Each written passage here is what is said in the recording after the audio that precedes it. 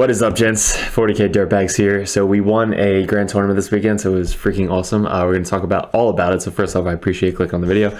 We do a lot of videos when it comes to grand tournaments, competitive play. If you guys are any type of 40k players, definitely subscribe to the channel because we got a lot of battle reports coming up, as well as a lot to go check out. But this channel is kind of all about being competitive, but also teaching other people, mostly like the main 40k channels on YouTube, but kind of laid back and we don't really give a shit. But we got beers and 40k, so appreciate all you. What's up, guys? I just wanted to throw this in here, like kind of in between the video. I didn't have time to record it when we first did it, but they posted the video or the points to ITC. Never really paid attention to them until this year, really, and it's like it ranks people across the country, the world, really, on 40k, on the armies, how they place in tournaments and grand tournaments. And when you guys are watching people on YouTube, it's like this channel is really competitive channel, competitive lists, competitive players, tournaments, all that stuff. So I just want to show you kind of where we rank as a Dreadknight player across the world, because this was pretty exciting when I saw it. So I got it up for you guys right here. We are 12th in the world for Dreadknights. We are 7th in the United States in Dreadknights, and then we are 1st in the Northeast with Dreadknights. That is freaking awesome. But when I saw this the other day, when the world Dreadknight ranking, like 12th place. So I thought that was pretty cool, so I just want to share with you guys. We have Warhammer coming up in 2 weeks, so by the time you see this video, hopefully I'll have a bunch of prep games with Dreadknights going into that, and then we have Nova at the end. So enjoy the video, hopefully you learned something. It was definitely fun, good cheaty, and we'll be back for another one soon. If you guys clicked on this video, you saw the thumbnail. It was basically 40k Dreadknights winning a grand tournament with the new rules, the new stratagems, the new CP, the new secondaries. It was crazy, guys. Honestly, I did not think I was going to win this weekend. A lot of good competition. So we're going to go into every detail about what I learned, what I could have done better, the missions, the opponents, and everything you need to know about this. So what I do for most of these videos is I take pictures throughout the games, and then I talk about where I moved stuff, where the opponent moved stuff, what I did. So comments are always suggested. If you guys want to leave a comment, let me know what you guys thought about it, what I can improve, what I can change. If you guys like these videos, and it's supposed to really help not just Dreadknight players, but any players learn the competitive aspect on what tournament people are thinking. So we're gonna go into the games. So we had 5 games throughout the weekend. I happened to win with 5 wins. Again, it was a smaller grand tournament because a lot of people had to drop at the very end. 3 or 4 of them had to drop because of COVID tests. So they, and I shouldn't be laughing, but they failed right at the very end, like the last day they should have passed, but they failed. 2 people had to reschedule for vacations, like stuff like it was just 4 or 5 people dropped throughout the weekend. So we were left with like less people than we expected, but it was still $50 entry fee. We all showed up hour away, so I was like, hey, fuck it, I'm gonna go on to it and I'm gonna try. So again, I went into the tournament thinking that I don't think Dreadknights are gonna place very high, just due to the fact of all my practice games were not scoring max primary, not scoring max secondary, different types of lists. So first in the video, we're gonna go over the list, and then we're gonna go over the pictures that I took throughout the tournament. So first we brought Blaze of Victory, guys. So Blaze of Victory, do not sleep on it. It is freaking awesome. I've been running it for a while now, before it was cool, and I didn't bring any Paladins. So Paladins, I feel like were very, very, very, very good at the end of, before Nephilim. So Nachman, I guess. So before Nephilim, you could bring To the Last and Stranglehold, which were our main 2 secondaries that we took with Psychic Ritual. So now that they got rid of those 2 fucking secondaries, we had to figure out how to get new secondaries because our book secondaries aren't the best. They nerfed our main one, and the second one, the Teleport Strike, I took literally the entire weekend just to kind of keep testing it and getting it better. And then the third one was really depending on my opponent, what they brought, and what I thought I could do. So the list I made was mainly because of the one mission that they posted prior to the event. They posted all the missions. The first mission was the one where you don't get CP unless you start on one of the objective markers in No Man's Land, which I think is the most bullshit mission that is in that packet. Just because if you don't go first and you don't have any pregame or redeploy or movement out of your deployment zone, you're kind of screwed. You lose 2 CP automatically from going second. So I just think it's dumb. I think they should errata that, and I think they should definitely how should they errata that? I don't know. Somebody let me know how they should errata that, or do they keep it the same and say, fuck it, you need to bring advanced deploy to get the CP? Who the hell knows? But I mainly brought Blades of Victory because that was the first mission. If I didn't win the first mission, there really was no point. I wanted to win the first mission to kind of get into, you know, obviously winning bracket. So I brought Blades of Victory. Blades of Victory, you get to redeploy or advance move 6 inches with the Grandmaster and unit within 9 inches core, which is basically everybody. So basically I can walk onto the objective and at least get a point even if I didn't go second. That was the goal. So we brought Blades of Victory. We have, let's go through this. So we have 3 CP we start with. So there's some things that you can bring and cannot bring. I didn't really notice a huge difference with less CP. My goal was to do the teleport shunt, so I needed more CP to start with, so that way you can spend CP to shunt. Or when Libby comes down, the Mortal Wound Librarian, he can actually have CP to do shit. So I'll go over the strategy after we go over everything. So first, the Librarian, we brought him. So Purify Flame, obviously it's a must. Vortex of Doom, very good throughout the weekend. Combi-melta, because why the hell not? Crux Terminus, this one. So Cuirass Sacrifice is probably one of the best relics we have in the entire game for a Terminator model. It stops people from shooting at him. If he deep strikes into a ruin or a forest or something like that, he's got +1 to his save, 5-up field no pain. So he's got a 2-up down to a 1-up. In cover, he's down to a 0 with a 5-up field no pain. So this dude is a freaking monster if you don't kill him. And he's got all the mortal wounds. I always bring halberds, so I'm actually going to test out at the end of this. I'll tell you what I'll change, but I brought halberds on literally everybody. That's our Mortal Wound Librarian. Grandmaster Dreadknight, so he's got 2 CP because he brought Gate of Infinity and Empyric Amplification. He was the only one I brought Empyric with. Now I noticed with Drago, he has Warp Shaping, which I only casted once in 5 games. So with Blades of Victory, you kind of want to do the Nemesis Tide like the entire time. So I only went second 1 out of 5 games, which is pretty cool. But that one game I did go second with, I was in Tides of Shadows. Because he had the Volkite Dread where I got 2-ups out in the open with it, even though I rolled 3 ones. But that is the only time I used Tides of Shadows. Other than that, I probably should just keep Nemesis, give him its Empyric Amplification, just so I have 1 more of that to cast. But that was the biggest thing I noticed. Unyielding Anvil, 100% you should put on the Dreadknight. Or an Apothecary if you bring it with the Paladins, but Unyielding Anvil is a must. Everything within 6 inches of OBSEC. We have the Teleporter, which is just clutch with what you're trying to do with a Teleport Assault. Psilencer, Psycannon, Sword, and then the Servant of Throne, which is a 3++ invuln save once per turn. So we did that a lot this weekend. Sigil is a must every single time. That's where you get to shunt. And Vanguard Aggression is the Blades of Victory. It's a pregame 6 inches. Then Caldor Drago, he was also a must because we were pre-gaming our interceptors, so they get to basically pregame 6 inches. So they're still within 6 inches of Drago, as long as you keep 1 back. So he can give them, in the command phase, reroll everything.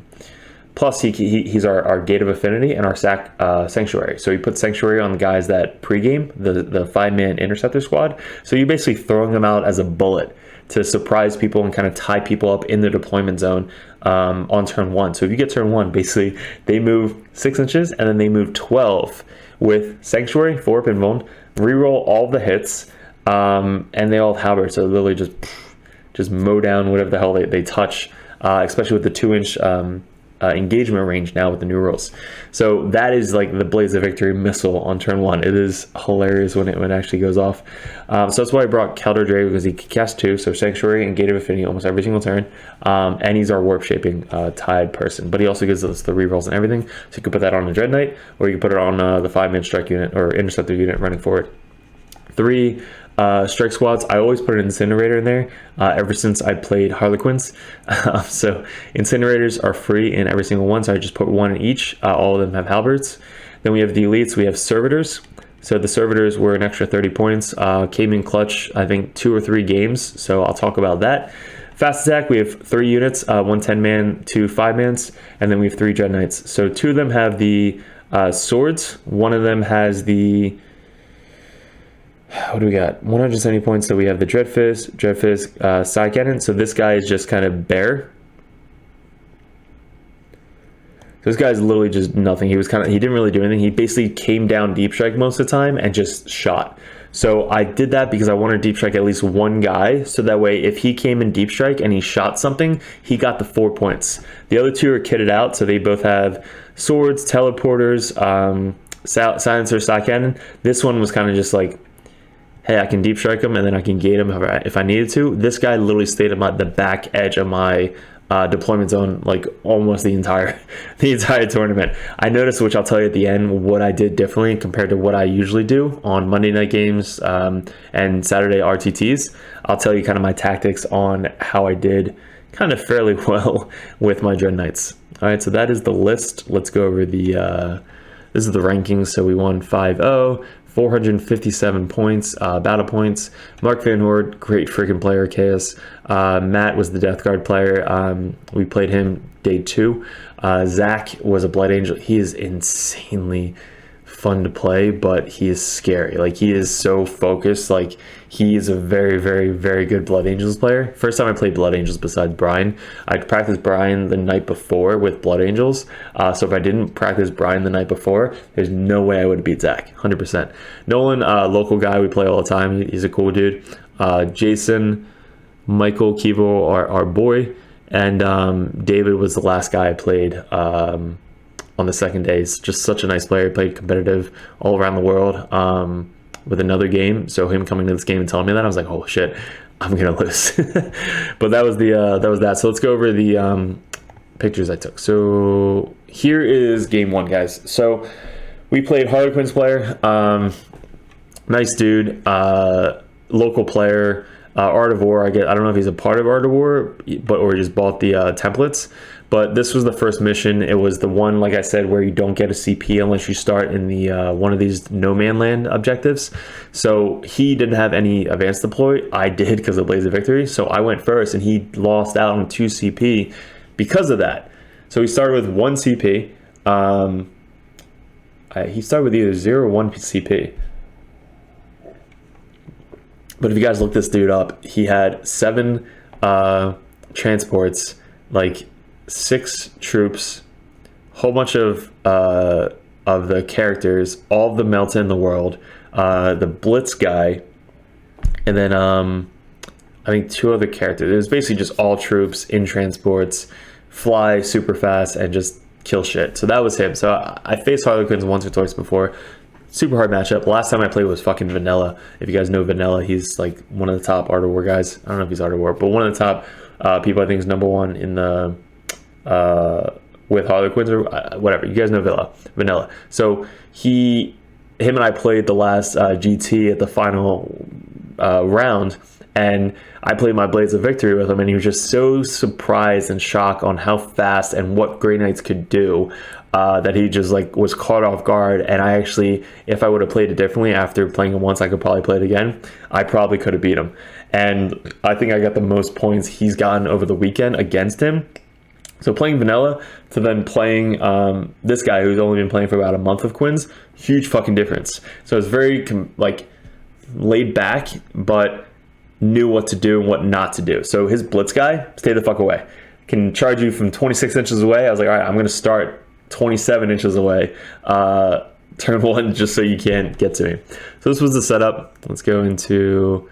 Alright, so nothing bad about the store, but if you're going to run a GT, you want to make sure that you have everything prepared. So this was their battle sheets, so you can record the scores. I didn't even use it because it's a literally blank fucking piece of paper. So I took that, I think, day 1, game 1, because I was like, what the fuck is this shit? Okay, so this was the setup. This was my deployment. That was his deployment. He basically put everything in the back away from my advanced deploy, so he was smart where I move up 6, then 12, and then try to assault. So he basically put everything away. We played Gamers Workshop terrain, so the back of these were open. Same with the back of mine were open. Usually the sides over here are open because we're playing the other way, but this way we're playing long ways. So these backs are open, and then it's like the U. So you basically can't see out unless you're towing it, and then you can shoot out, and you can't shoot in unless you're on the second floor.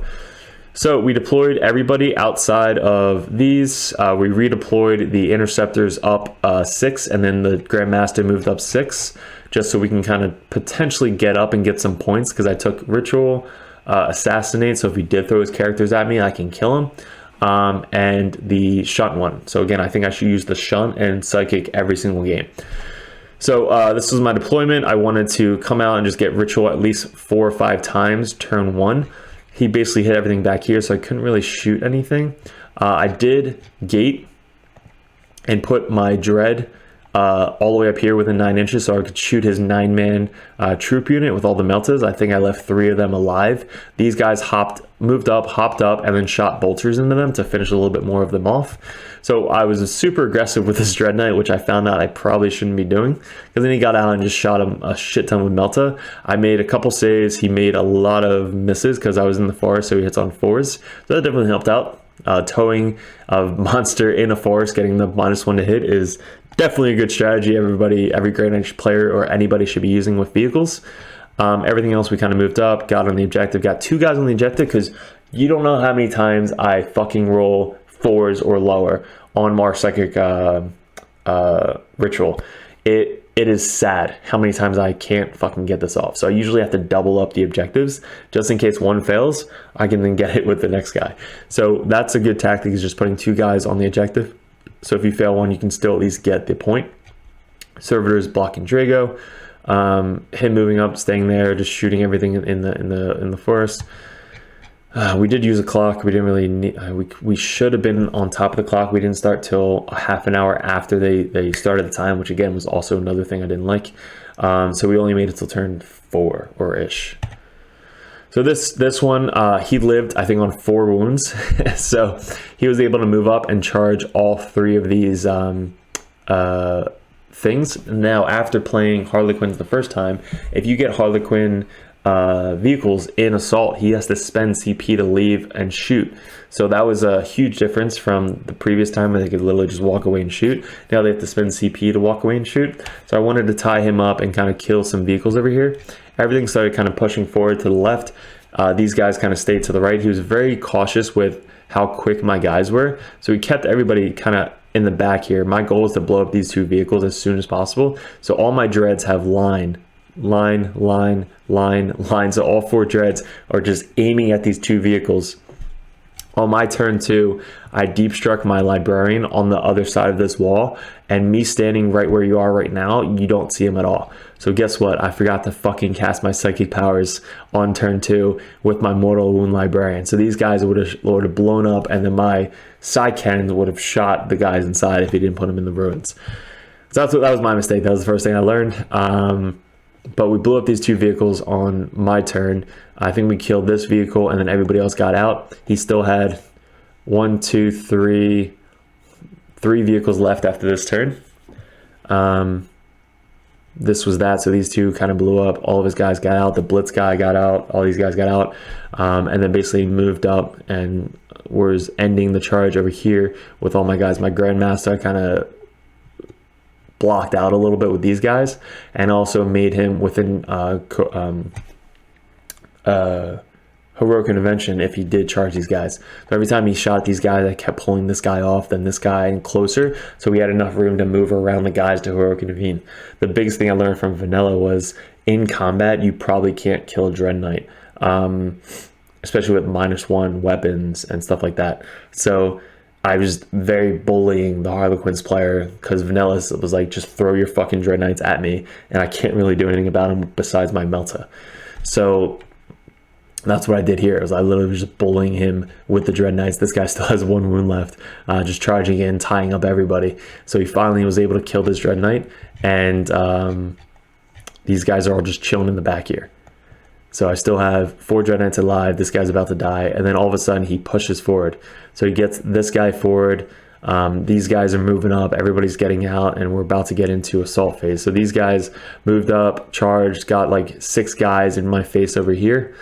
And my dreads are starting to just clear away over here. So at this point in the game, it was kind of leaning a lot towards my control because I was winning like 12 points every each turn, stuff like that. I was getting all my psychic rituals off, and he was rolling a lot of 1s and 2s, which that was his thing. He just said he wasn't rolling very well, which I agreed. He missed 6 melta wounds. He rolled like 2s on turn 1. That's kind of why that guy's still alive. But at the end, I just literally pushed forward. I was like, all right, I'm just trying to get as many points as possible because this is a GT. So at the end, this was basically the final matchup. So we had everybody dead.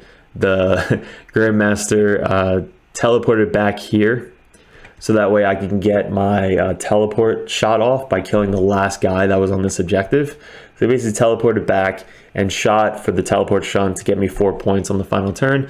We only made it till turn 4. We couldn't get points for turn 5.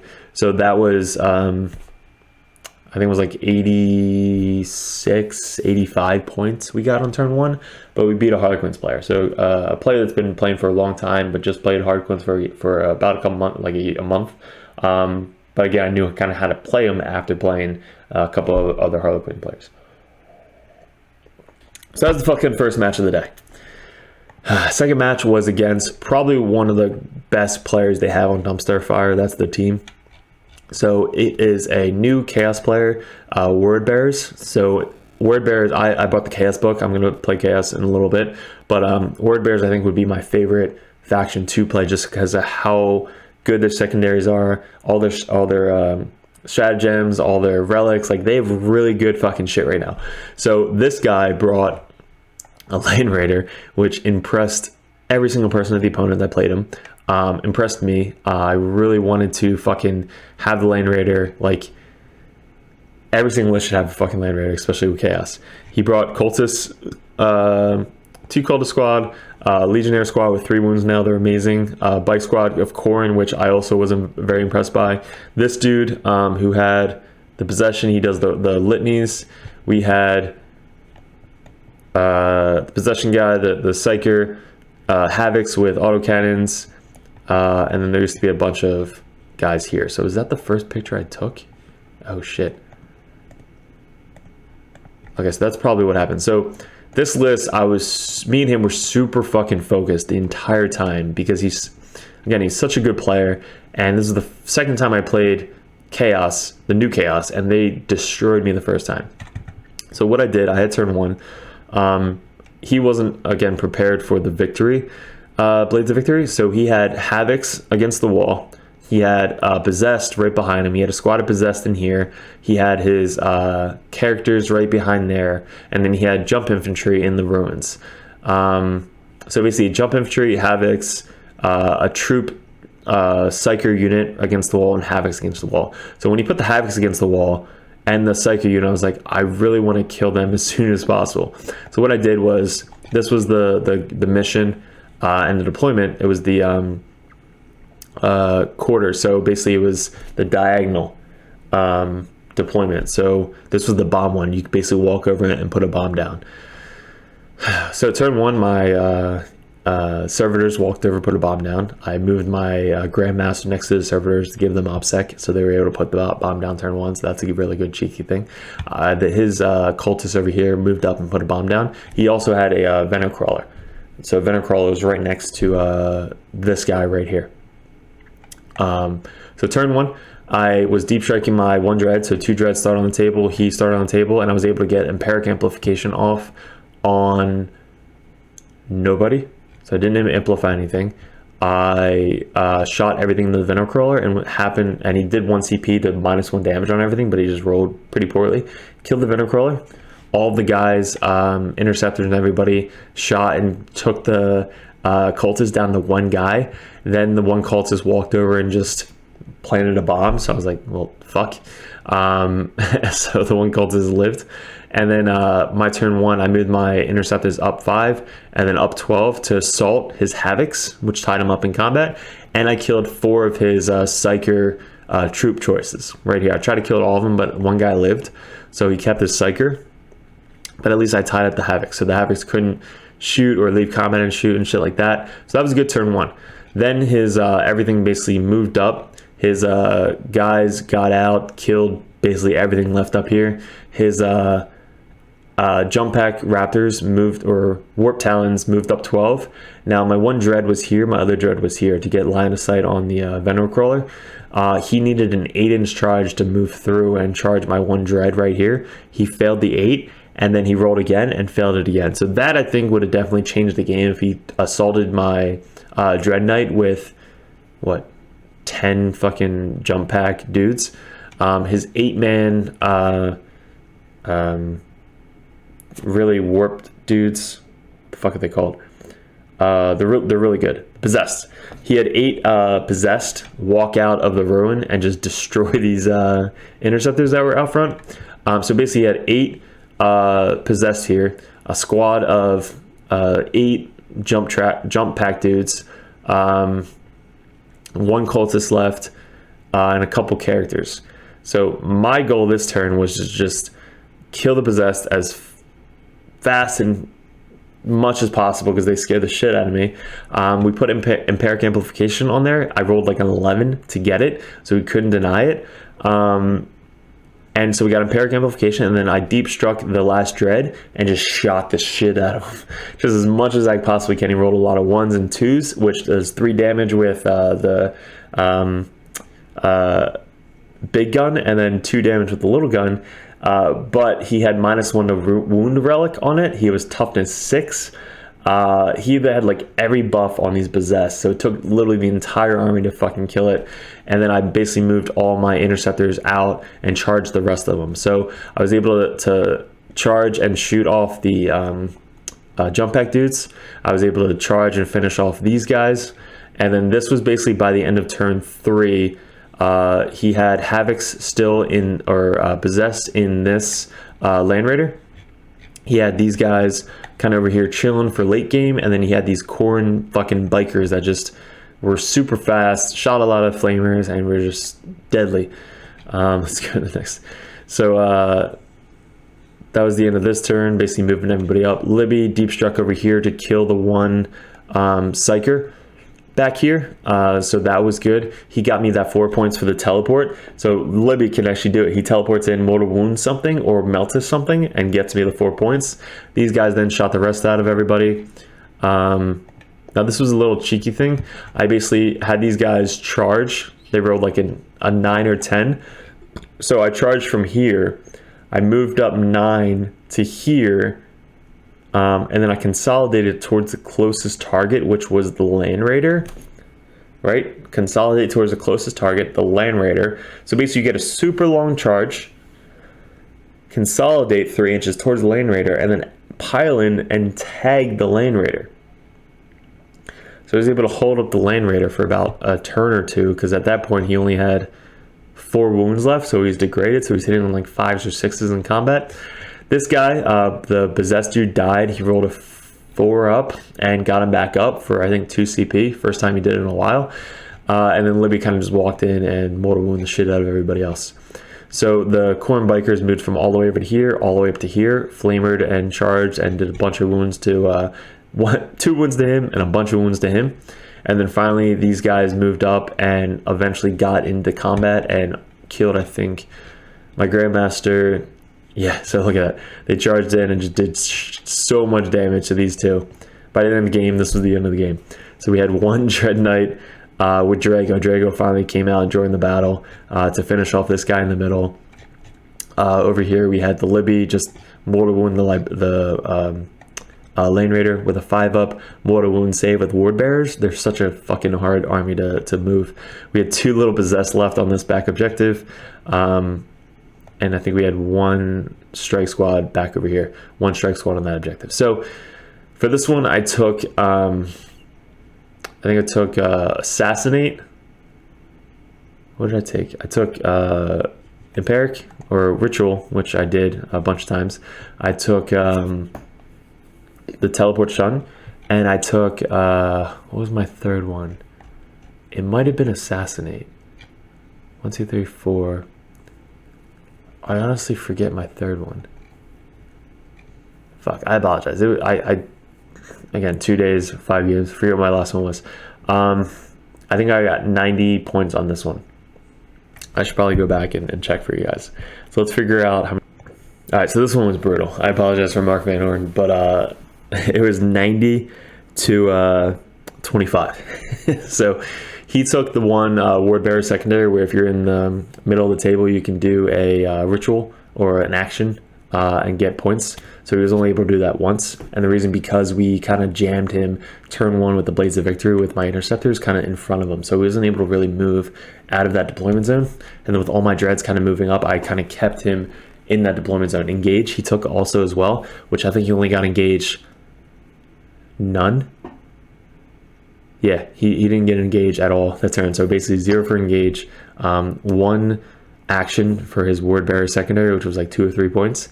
And the last one, I forget the last one, but he got 25 points, which again, I just tied him up, which was the first time he saw Greatknights do that. Like, usually they're not that fucking fast. Nobody gates and shunts and does everything like I did with that. But again, probably one of the best players I played.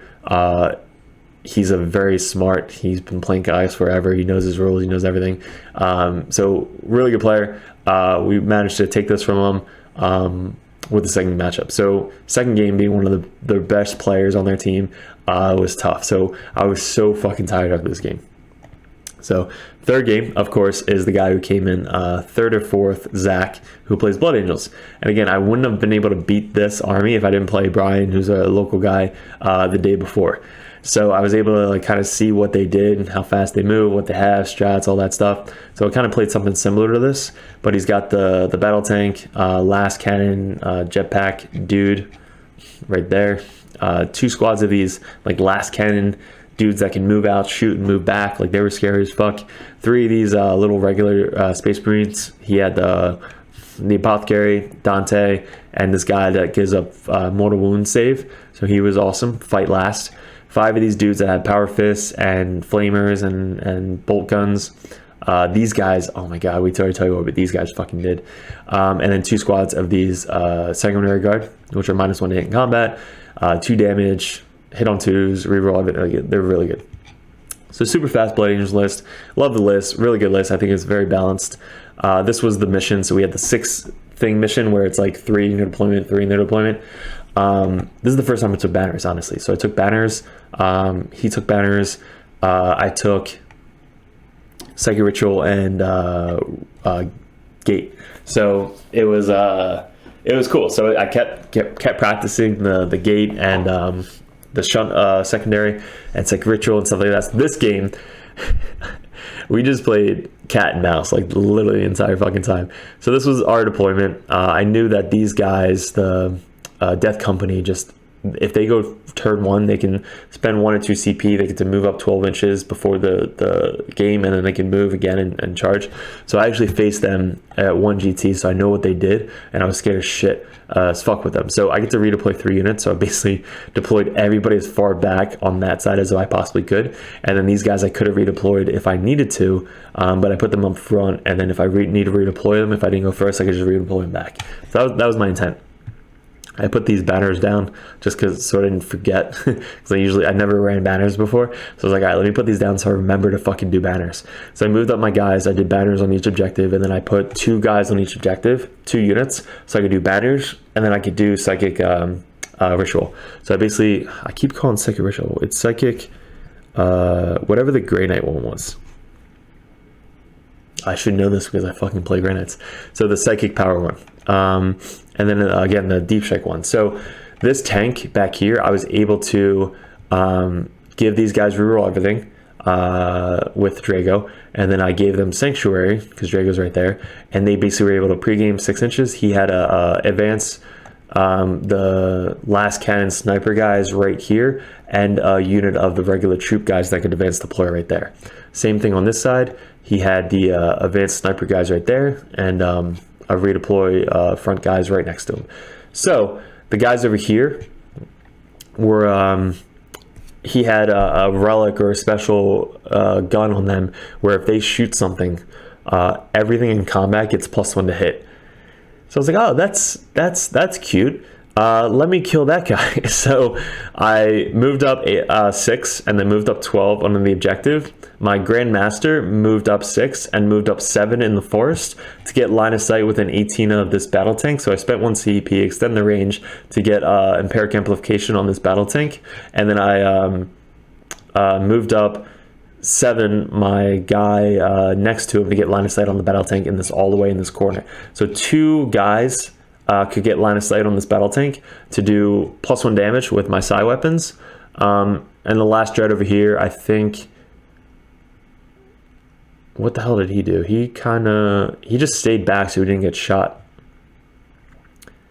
Oh, that's what happened. So yeah, he stayed back and didn't get shot. So he was kind of just very conservative because I couldn't see literally anything else on the other side of the table. So like, I don't want him to die, so he's just gonna stay back here because then I can gate him next turn.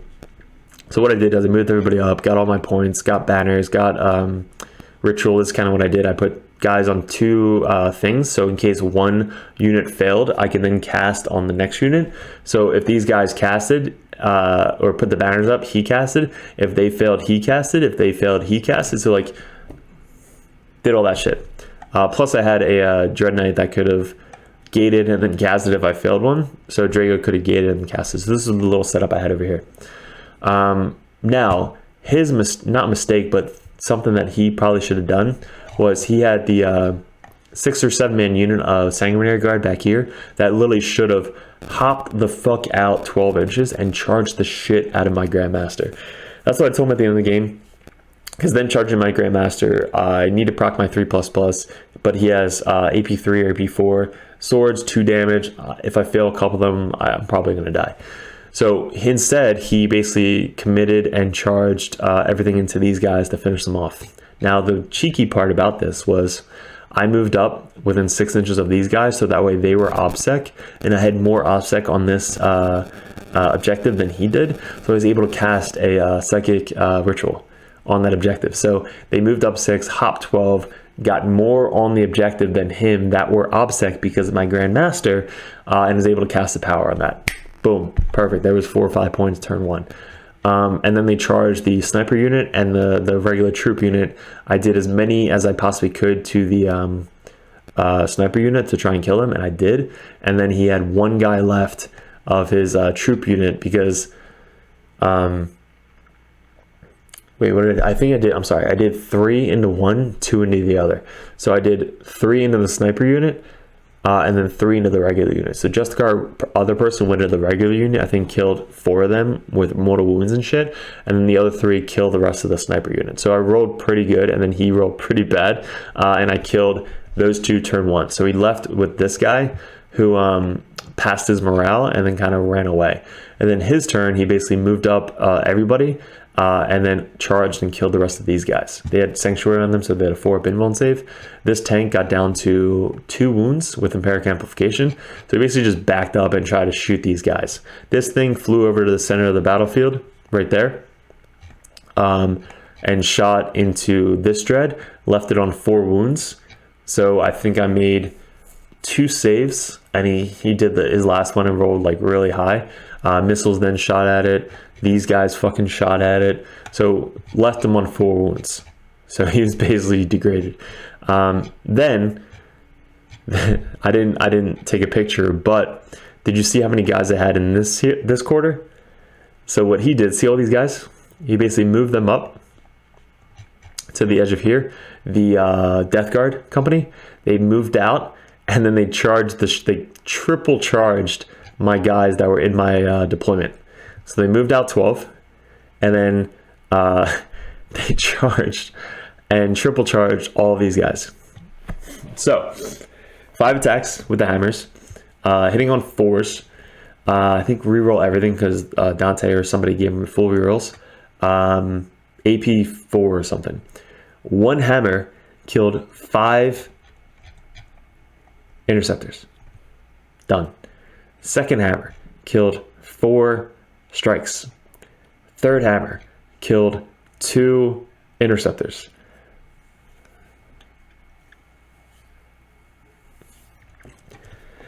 I was like, are you fucking kidding me?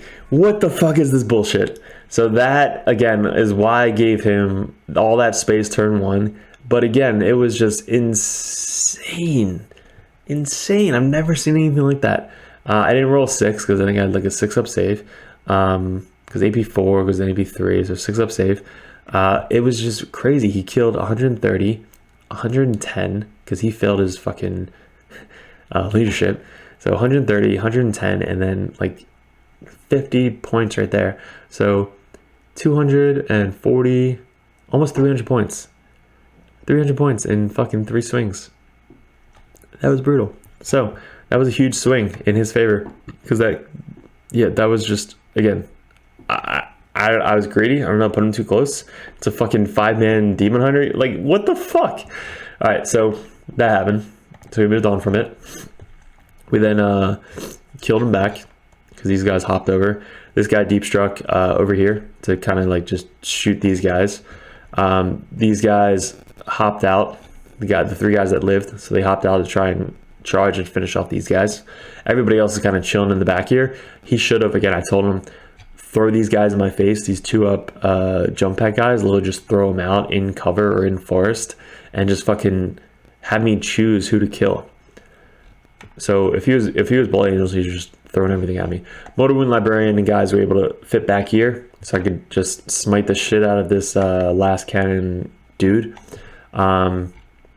And then we smited and killed this tank back here.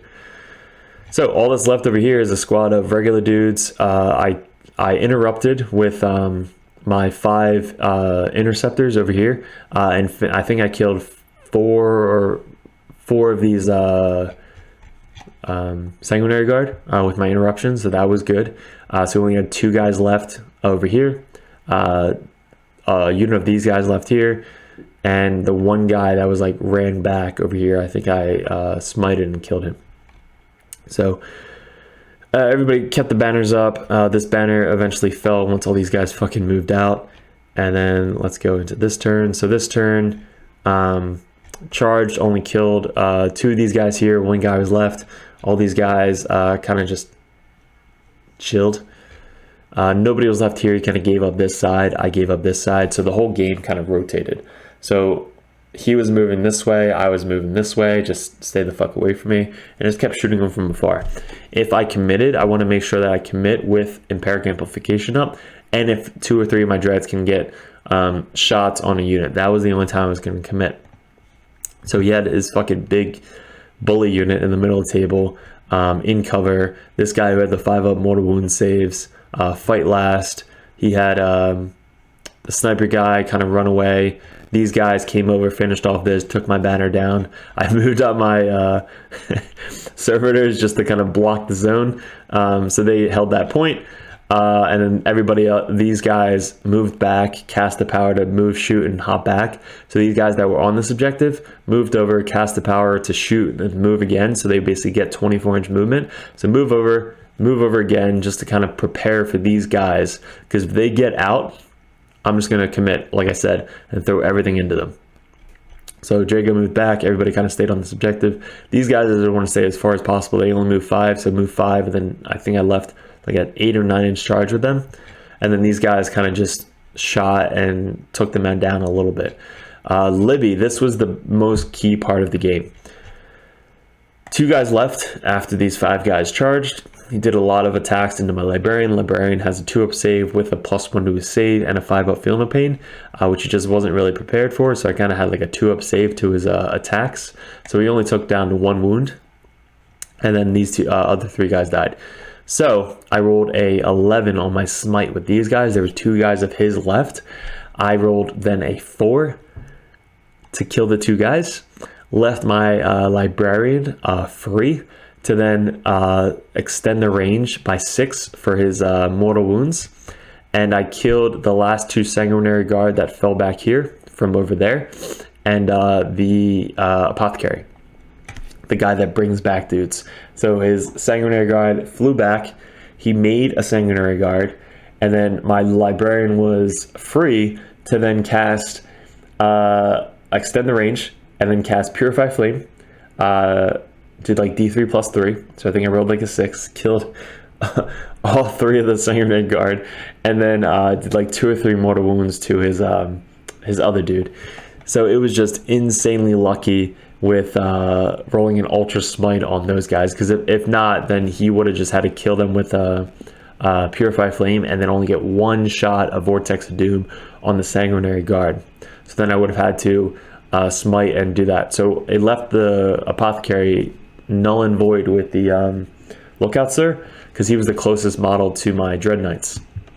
So this Dreadknight could shoot him. This Dreadknight smited and killed this last guy. So I got my 4 points for Teleport Shunt over there. And then kind of everybody else just kept casting. He cast a Psychic Ritual over there. These guys moved up, cast a Psychic Ritual at the end of the game. At the end of the game, it basically came down to this. So there was 3 guys left. He moved them up and assaulted these 2 Dreads, killed those 2 Dreads. He moved up, same thing, assaulted, killed those 2 Dreads. These guys hopped out over here to this objective, kill these servitors, poor fucking servitors, took that banner down, and then I committed. So basically I threw everybody out, Interceptor Squad, Strike Squad, fully buffed up Interceptor Squad, and then we just shot the shit out of them with Dreadknights, or this Dreadknight, and shot in charge with Drago, Strikes, and Interceptors, and left Dante. So Dante, I forgot these guys had Sanctuary, which I didn't roll Sanctuary, I just rolled my normal saves. Dante then swept and killed all 5 of those guys, because I forgot I had Sanctuary on them, even though I had the card right next to him. So those guys should have probably lived. Dante lived on 1 wound. So what I did to finish up the game, this was the end of the game. So everything was dead. Drago was alive, but Drago was in combat with Dante. This guy moved up, or this is what I did. I Gate Infinity my Grandmaster just to put him exactly where he was, closest to Dante, and then my Grandmaster smited Dante with 1 wound left, and then Dante died. So that got me 4 points at the end of the game, because I gated in the exact same position. So even if you're in the position you want to be in, still put a gate up, because if you gate your own dude into the same position that you want to be in, it still counts as a teleport, gate, or shunt. That way, if he kills somebody, you get 4 points. And remember, it lasts the turn. So if you do it in the top of your turn and somebody else charges you and you kill them in melee, it still counts. So somebody correct me if I'm wrong, but it lasts a turn. So, or the battle round, whatever it is. So if that happens, it still counts as a shot. So make sure that you do that. So that's what happened at the last turn, as I 1 wound killed the Dante. These guys finished off. The Mortal Wound Librarian did so much work in this game. Finished off these guys. He finished off these guys, and that was the end of the game. So we won that game. It was a really good game. Zach is just such a good player. So it was 90-53. So he managed to squeak out 53 points. We got 90 points. I didn't write down specifically what we got. I think I maxed out the shunt one of the 5 games. I did Psychic Ritual between 12 to 15 every game, and then Engage and all that stuff 10 to 15 every game. This game again was Banners. So I think Banners I got 3, 4, 5, 6, 7, 8, 9, 10. I think I got like 10 points for Banners, because I was able to keep this one up the entire game, and these 3 were up 1 or 2 of the times. So Banners was the first time I ever took Banners. It was pretty cool, so I might do that every time I play this mission. So that was day 1, guys. So day 1, I was super fucking exhausted. I had to go home and just tell my girlfriend, like, hey, I literally have to go to bed, because I have to wake up even earlier tomorrow, because we're starting at 10 a.m. instead of 11 a.m. on day 2. So it was a very, very quick night after that. Oh man, Voodoo Ranger, so fucking good. All right. Again, sorry for my cursing. That's just kind of how our dirtbags are. So game 4 was against Matt. Matt plays Death Guard. I play Death Guard. So I kind of know his list. I know what they do. I know how scary they are. I know what to look out for and all this crazy shit. So his list, he had 2 Rhinos, which is smart, 2 10-man Plague Marines, which is smart, a 5-man Plague Marine, a Contemptor Dread with Volkite, a Tallyman with Tollkeeper, a Biologist Putrefier, 2 units of 3 Terminators with the sights, 20-man unit of zombies, 14-man unit of zombies, and he had a Demon Prince and a Psychic dude, Malignant Plaguecaster. That was his list. So, oh, and I'm sorry, 2 haulers, which used to be right here. So the Melta dudes, the Melta things. So let's go. He had turn 1. Yes, so he was the first guy that had 2 and 1 on me. This was, again, day 2, first game, and I kind of knew, we knew the pairings before it, so I kind of knew that I was playing Death Guard. So I looked over the list, made sure that I knew what to do and all that shit, because again, I played the army, so I know what to look out for. Haulers were the fucking first thing I needed to look out for. Basically with Melta, they are just amazing. So they basically started back here. These guys started back here. They started over here. Terminators and a squad of 5 Plague Marines right there. He took Engage. He took Spread the Sickness. And he took... what was the last... what was the last one he took? Grind. So he took Grind, Engage, and Spread the Sickness. So what I took was Psychic, Teleport, and Assassinate. I don't know why I took Assassinate, but I took Assassinate. So I figured he would be throwing his Demon Prince out pretty early. His Biologist Putrefier would be out pretty early. And then hopefully I can get on his Tallyman and his Plaguecaster if they were in the back. Now, he didn't play the way that I play. So he kept everything in this kind of like little block the entire time. So my turn, his turn 1, he basically moved up, tried to get engaged, but he couldn't because it wasn't within 6 now of the table quarter. So he wasn't able to get there. He moved his multi-melted dudes up here. And then his zombies ran to get to like the edge of this building. His 20-man zombie unit moved up and get to the edge of the building, and he just couldn't get engaged over there.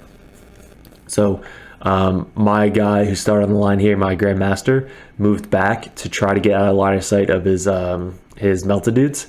So I was like, all right, can you see this guy here? If I move them back here, like if you move up 10, can you see him? He's like, no. I was like, all right, cool. So then we then measure it out, and moves up his 1 Blight Hauler to get all the way on the other side here. He was able to get line of sight to my Grandmaster on the other side of the fucking ruin. So I was like, well, fuck me. So I didn't ask if you can see on the other side. I only asked if you can see on one side. So that was the first mistake that I made. And he shot 2 Meltas at him and the missiles, and he wounded him twice, but I had 2 4-up saves. That was great. So I didn't shunt. I saved the shunt. And I made 2 saves on my 4-ups. So my Grandmaster was safe. So my turn 1, I moved my Grandmaster then around here to get within 12 of the Plague haulers, and I put Empyric Amplification up. Now, he couldn't deny. I think I rolled like a 10 or something. He tried to deny, didn't deny. So now they have +1 damage. So my goal is to fucking kill those things as soon as fucking possible. Then -1 damage, top to 7, 9 wounds. Insane. So he spent 1 CP to -1 to my hit, or -1 attacks from shooting. So I was able to get this guy within 30 inches, this guy, and this guy. So I had all 4 of my dreads just shooting at the fucking Blight Haulers. I was able to kill them. So I finally killed them. I think I killed him with my one guy that got gated. So I gated one guy over to here and just shot the shit out of him, and I finished him off with the gated one. So I got 4 points for that. Then I did some more shots into the zombies. These interceptors moved up 6 inches to start here with my pregame move. So my Grandmaster started here, the interceptors started here, so they moved up 6 into the forest here, and then my Grandmaster moved back to here to be behind the forest. That was my pregame move because I didn't go first. So then the interceptors moved up 10 over to here, and then they shot the shit out of zombies, and there was only like 3 or 4 left, and they charged the zombies. Zombies with a Noxable get -1 or -2 to charges with 1 CP. So that was clutch. So I happened to roll like a 6, which is exactly what I needed to get the charge off on the zombies, and I finished off the zombies. So I basically have this quarter, I have that quarter, and I have this back quarter, and then I left the middle free because these guys, I did the same thing. I put reroll all wounds, sanctuary, and I just threw them forward. So they were here. I moved up 12. The Plague Marine unit was right at the edge here, so I was able to get like a 5 or 6 inch charge to these guys, and I think I killed 3 Plague Marines on my charge. These guys were in the Rhino on turn 1. On turn 2, they finally got out, and then they moved up 5. So they were just out of like the objective, so I wasn't able to get on the objective. So you couldn't spread and all that stuff. My guys were as far back as they possibly could on the objectives, back here. He needed a 6 or 7. He failed. He then re-rolled it, and he failed again. So I feel like I just got lucky with my charge rolls. So if those 10-man units made that charge, he would have had this entire side most of the fucking game. And these guys kind of stayed in the Rhino over here. So turn 2, he this guy shunted from over here all the way over here. I gated the other dread all the way over there. I deep struck my Librarian. I deep struck these strikes. These guys hopped up. So literally with this 10-man unit, I had Mortal Wound Librarian, 2 Dreadknights, a strike squad, and an interceptor squad. Just Mortal Wound for days. So we did as much as we possibly can to this thing. Finished him off with my deep striking Dreadknight to get 4 points. And then we did a bunch of wounds down to 8 to this Rhino. Over here, we spread out so we couldn't deep strike his Terminators. So we had a 9-inch bubble around this entire back edge of the board. We had a 9-inch bubble back here. We had a 9-inch bubble back here. My servitor did a good job to keep the 9-inch bubble over on this corner. And then we had a 9-inch bubble kind of to here. So basically, he literally couldn't deep strike anywhere besides here, maybe here, and over here. So that's exactly what we did. We deep struck the Terminators out here to get now an 8-inch charge with the new rules. And then on my turn, so this is turn 2. These guys finally got out of the ruins. Everybody kind of moved up. 2 Plague Marines left. They finished off these guys, and they were going to try and charge this dude, but again, failed his charge. Just bad charging rolls on this guy. So over here, he made his charge over here though. 8-inch charge, came in, killed all of these guys. What do I have left? I have zombies back here, Plaguecaster, Tallyman, Dread, Rhino, who got engaged this turn. So we got engaged with these guys and engaged with that guy. So we finally got engaged. He spread the sickness the following turn on this back objective. He spread the sickness turn 1 on this objective. So then on my turn, we moved Drago over to here to be within 18 inches of the Librarian. We then gated the Librarian to the center of the fucking map, and he just melted the the Terminators and the 2 Plague Marines. So we smited, and then he just spent 1 CP to roll 3 dice, drop the lowest, and just destroyed the rest of the Terminators. Death Guard don't like mortal wounds.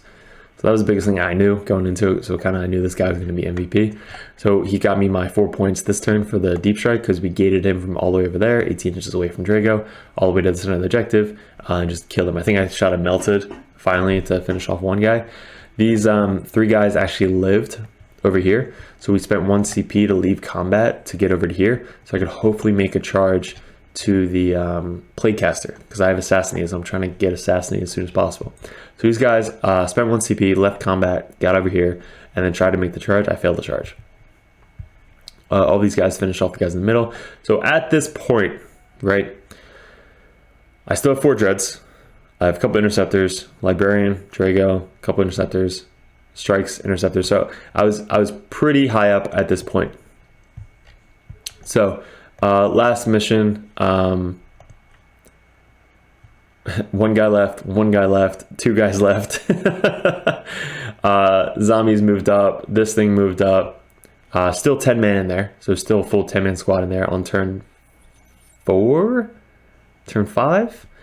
These guys moved over, spread, and that was it over here. So these guys, I blew up the Rhino. They got out, so they ended up there. Librarian got gated. Back here, smited the shit out of the Tallyman. Vortex of Doom, the fucking Plaguecaster, melted the Dreadknight. So this guy literally just getting teleported all over the entire map, the entire game against Death Guard. It was funny, but I felt so bad. Because he was such a fun player to play, especially playing against another army that you know and like really love. So I was giving him tips like the entire time. So at the end of the game, I told him what to do or what I would have done differently. So Plague Marines got out, moved up, Empyric Amplification, shot the shit out of them. Left these guys alone. I was like, fuck that, I'm staying the fuck away from these guys. Gated Shunning over here. So this is the end of the game. These guys wound up, I didn't finish these guys off because I had turn 5. Or, yeah, because he went first. So I had turn 5. So I was like, you know what? Not gonna touch this Plague Marines. They have nothing to do with my secondaries. I got 15 for Psychic Ritual. I got 15 for the Teleport, which is the first time I've ever gotten. So last turn I teleported again the Librarian to finish off my 15. And then I got, what else did I take? Assassinate. So I got 3, 6, 9, 10, 11, 12, 13 for Assassinate because I was able to finish off the Demon Prince by charging him, and the Librarian failed the charge. So I got 2 charges off on the Demon Prince and killed him on turn 5. So that got me the 13 points. But this is the end of the game. All right. So that was game 4. So we almost maxed that one out. It was 98 points to 45. So I feel like every game, honestly, that we played, round 1 I let up 58 points. Round 2 I let up 25 points. Round 3 I let up 53 points. And then round 4 I let up 45 points. So I tried the most to just really stop the secondary game. I kept a lot of my guys back. Usually, if you guys have played me before, I throw everything in front of you and charge you with my Dreadknights. Learned my lesson, kept my Dreadknights back most of the game. If I had 4 wounds like this guy, I either shunted or gated back with this guy. Gated back as much as possible just to kind of keep him back. Even if I kept him back and didn't shoot him a turn. I kept him behind a ruin. Waited till the kind of things settled down a little bit, and then I brought him back out and shot or gave him rerolls to hit or whatever, and then kept shooting from a distance. Because he's not good in combat, he doesn't have a weapon anyway, so just kind of kept him back and just shot from afar. So that was the biggest thing I learned. Now, going into game 5, we played David. So David, newer to 40k, but he's a tournament player, used to travel the world with a different game. Super fun dude to play. He was really, really nice. So playing Black Templars, he had the Big Dread, 2 single-man multi-melta bikes, 3 of these plasma guys, which are insanely awesome. You guys probably know more than me, but he had the main dude from Black Templar, the chaplain on a bike, 2 14-man units, which are just beefy as fuck. I think 1 5-man of these dudes with chainswords. The Apothecary, this Grimaldus dude who has 2 or 3 guys, and then himself. What else did he have? 3 units of that. I think that was it. So I think this is his list right here. He didn't deep strike anything. Yeah, so pretty beefy, just walk forward, kill shit list. So again, playing Dreadknights, I'm afraid of meltas. So these two multi-melta bikes scare the shit out of me. These flying plasma dudes also scare the shit out of me. So what I learned here was to just stay as far back as possible and just shoot from afar. So, and this is where I felt bad. So this is the first time I play Dreadknights. I'm playing a Dreadknight player that has been playing Dreadknights for a while, but mainly in this edition, that's kind of all I went to tournaments with was with Dreadknights. So they're super fucking fast. Even vanilla, like playing him, like realizing how fucking fast Dreadknights can actually be, especially with a player that just throws shit forward, like myself. Blades of Victory, I told him all the stuff up front, what I can do, where I can go. I was like, bro, you're just gonna see I can go anywhere. Like anywhere that you try to hide stuff, if I want to shoot it, I will shoot it. That basically in a nice way. That's what I was telling him. So you can't really hide on turn one if I have turn one. So Grandmaster here, 2 units of interceptors back here, 3 dreads out here, 2 interceptors over there, and 2 strikes there. I had turn one. So I redeployed. I think I took one of these guys off. I redeployed. That was it. I basically had my setup already, because if you are playing Dreadknights, you can redeploy 3 units. So set them up aggressively first, and then redeploy defensively, instead of setting up defensively and then redeploy aggressively.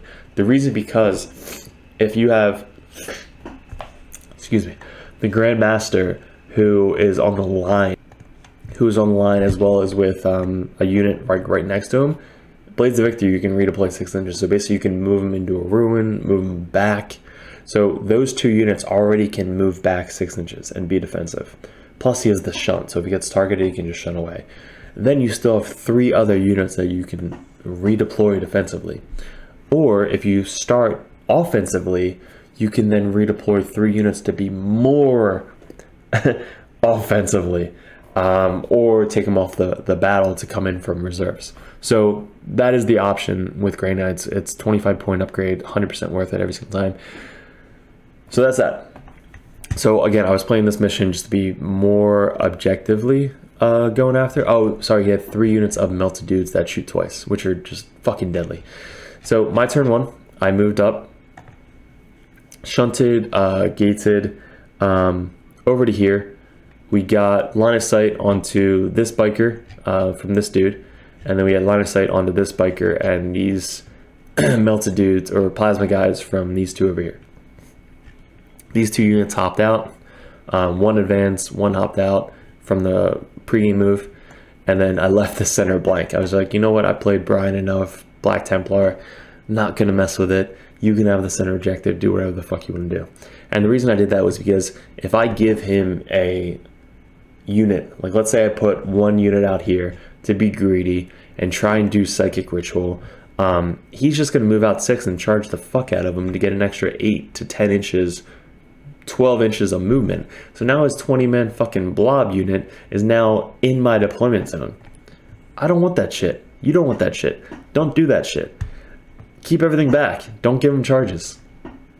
So that's why, and we don't have Stranglehold anymore, so fuck the center objective. Moved everybody up. He had no deep strike, so I didn't have to worry about the backfield, so everybody kind of just chilled there. These guys shot over here. Now his turn 1. I got 4 points for there. I got 4 points for teleport because I was able to kill the single biker. That gave me 4 points. And I killed that biker over there. So his turn 1, he moved everything out like he does with the brick. Moved everything out. The other unit moved down and put banners up in the front. So he took banners. I believe the one where the captain has to kill my captain, which was, he chose Drago. So if he kills Drago in melee, he gets like 15 points. And then I think he took Engage. I forget his last one. He took Oaths. That's what he took. So he took Oaths. So he can't fail morale. He has to kill a vehicle and he has to control the center or something. So, which is good for Black Templar, because that's basically what you want to do. So turn 1, he moved his 14 unit out to here, put out a banner, and kind of just chilled, put all the buffs up on him, and was like, all right, these guys moved out. Everybody else got buffed up, 5 up, feeling a pain from the chaplain, and all these guys moved out. He moved his one guy that lived with the jump pack over to here, made another dude, so that way he can just keep making dudes. These guys put a banner up here, these guys moved up. So what I did was I moved my interceptors that were in here. I'm sorry, I moved my interceptors over here out to this ruin. I moved up my dreads. Oh, he moved up his melta dudes out here and just obliterated this Dreadknight. So Dreadknight just got wrecked. D6 plus 2 damage on all the meltas. So just got wrecked. So I was like, holy shit, those guys scare me. So again, I don't like melta. So he shot my dread, just died, turn 1, just gone. I was like, well, this sucks. And then everything else kind of just stayed there. So they all moved out, yada, yada, yada, killed my dread. I was like, all right, fuck. So my turn, he had his 14-man blob here. I moved my interceptors out to here. I committed onto the 14-man blob. I was like, all right, if I can kill the 14-man, really hard-hitting blob, that's one less blob I have to deal with in the center of the table. So I was able to put Empyric Amplification up with my Grandmaster, and then shoot it with 2 Dreadknights over here. I deep struck my last dread back here. So Grandmaster moved up, Empyric Amplification on the blob. This is the next turn, but it kind of looked similar to this. Move Grandmaster up, Empyric Amplification, plus 1 damage. These, the other dread stayed there. I gated with Drago. No, I spent another CP and I cast another power to do another power with my Grandmaster to gate the other dread back here. So we had 2 dreads back here. 1 deep struck that turn. So 1 deep struck, gated the other one, and then he moved up and cast Empyric Amplification. So my Grandmaster's pretty close, but I'm not afraid of the plasmas, not afraid of the melta, because I still have the shunt. I'm only afraid of melee. So the only melee threat was this unit all the way over there. So my Grandmaster was here. So they weren't going to get to me. The plasma guys, don't care about them. They could charge me, but it's only a 5-man unit. The dread was all the way on the other side of the ruins, and his captain was too far away. So that was my thing. I was like, all right, I'm pretty safe with my Grandmaster moving forward to here. So I was able to wipe off this middle unit with these guys charging, and finally I left 1 guy with 1 blade left out of the 14-man unit. He killed a interceptor, and then he failed morale. So he failed morale, lost the 1 for oath. He didn't control the center, and then his turn he didn't kill a thing. So we only got 1 for oaths. I took down his banner as well. So that was good. That was my turn 2. Then his turn 2, he basically committed everything towards this way. So he was originally moving this way, and then he committed everything towards this way, which I'll tell you what I told him at the end of the game. So he basically keeps healing these guys. They hop out. Was able to get some shots off on my dread. These guys hopped out from the ruin. These guys finished off the interceptors that were in the center of the battle. Everybody else kind of moved up. Dread moved up, shot, killed those guys.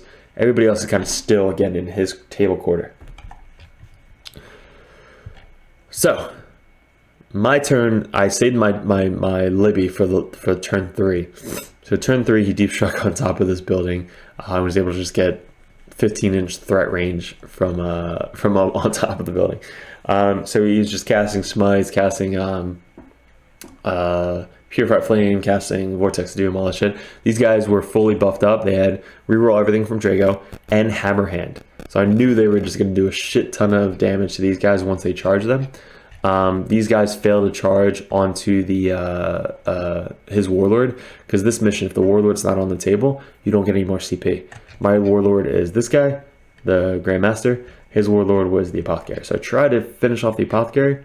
They casted a major smite onto this 3-man unit up here. And we killed 2 of them. I think I rolled like a 6, which was insane.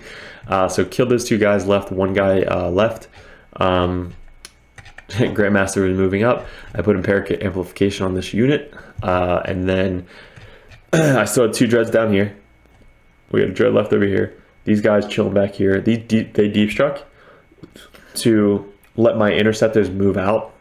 They deep struck to take back over the objective and cast a ritual on that objective. There were still 2 interceptor units over here, just chilling, just not doing anything. Casting a ritual on that objective, kept casting on this back objective. And I think I gated nothing. I deep struck this guy. So again, next turn goal was to kill this now center unit. So if I can kill both blobs, all he has left is characters and his dread and this 5-man unit. So my turn, I was able to kill the 3-man unit back here with Empyric Amplification. I killed the last guy sitting up here with my 2 dreads over there. So he has these guys left, and I had this guy left with the sword again. So I was able to charge. He was the last one to live. He passed on a 1, so he passed his morale checks. That's how he lived. And then finally, the last turn, Dread moved up, towed the thing, shot at my Dread. He got him down to 5 wounds. This guy got down to 8 wounds. My Grandmaster got charged by these guys, got charged by his character, and this guy failed his charge. But if he would have charged, I would have died. My Grandmaster lived on, I think it was 5 wounds. Lived on 5 wounds.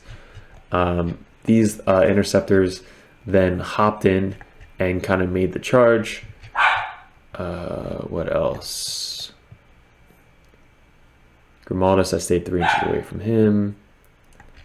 All right, so this is the last turn. So I swept and killed 3 of these guys, left 2 guys left, and then I spent 1 CP to roll 3 dice, drop the lowest, and I gated my Grandmaster all the way the fuck over here.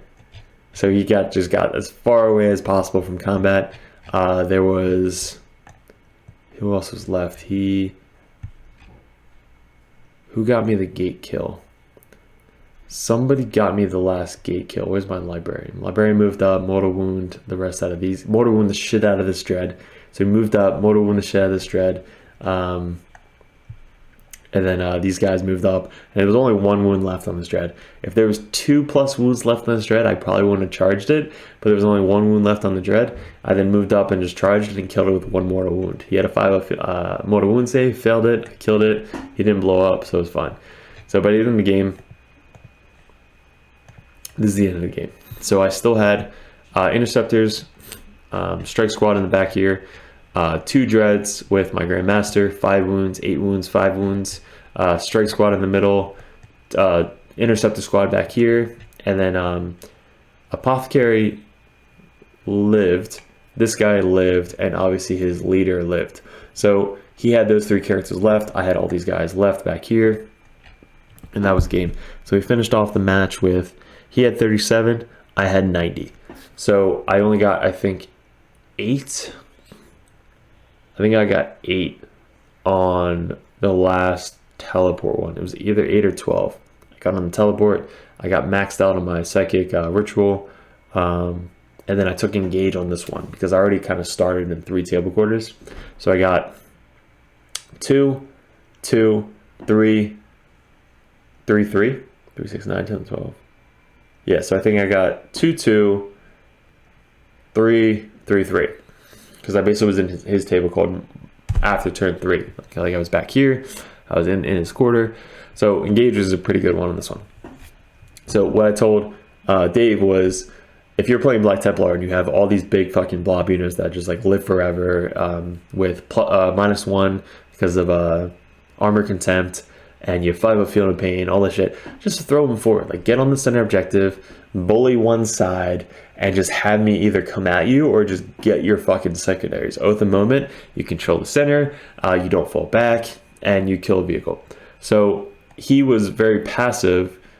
Same with the Death Guard player. Death Guard should have just ran forward with his rhinos turn 1 and just had me choose who the fuck I want to go after, because I can't go after both of them.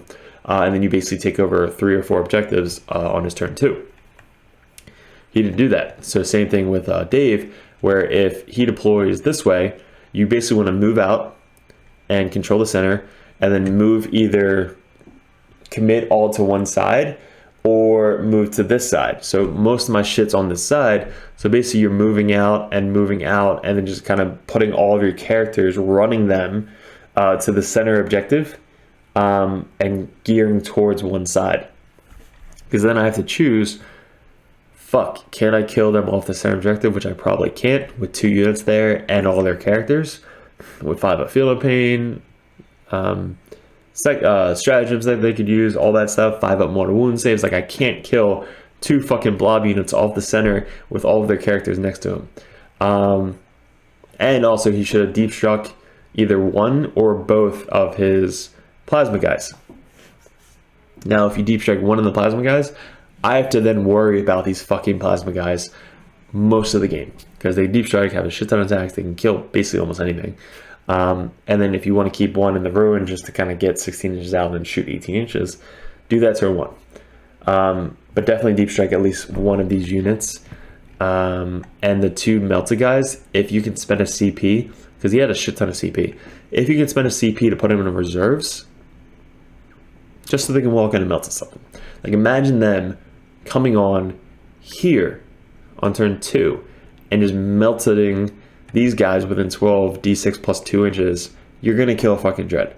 Imagine them coming in over here and just melting this fucking dread. Like, coming in from reserve with melta is probably one of the best things you can do in this game. So coming in from reserves turn 2, deep striking the 3-man unit with plasma, walking on the 2 melta guys, and bullying the center of the table with Black Templar. That's going to be your game plan. So that is what I was talking to Dave at the end of the game. This was my trophy. Platinum Games Onslaught GT, first GT that they've ever held, so it was definitely fun. We won a lot of store credit and a lot of good players, so exchanging numbers, so it was a cool time. But yeah, so that was the GT. We placed first with Greatknights. I was super surprised. I'm sure you guys are too. We're gonna post a list in the link below. But if you guys are interested, definitely subscribe to the channel. A lot more of these are to come. If you guys are in the northeast of Pennsylvania, hit me up. Always up for some games. And we have Alternate Universes, which is a once-a-month tournament in Bluebell, Pennsylvania. Always up for games there. Definitely walk up, say hi to me if you guys are there. We're going to Warhammer tournament in August, so a bunch of our cuddle buddies are going there, and we're going to Nova. So if you guys happy to see me, definitely walk up. I really appreciate it.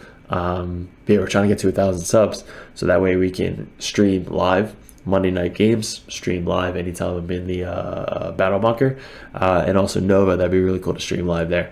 So guys, I really appreciate it. Let me know in the comments below what you guys think about these videos, because I will keep doing them as long as we get views and likes and subscriptions. But yeah, I really appreciate it. Let me know what you think about the list. Let me know what you think about the opponents list, and we will see you in another video soon.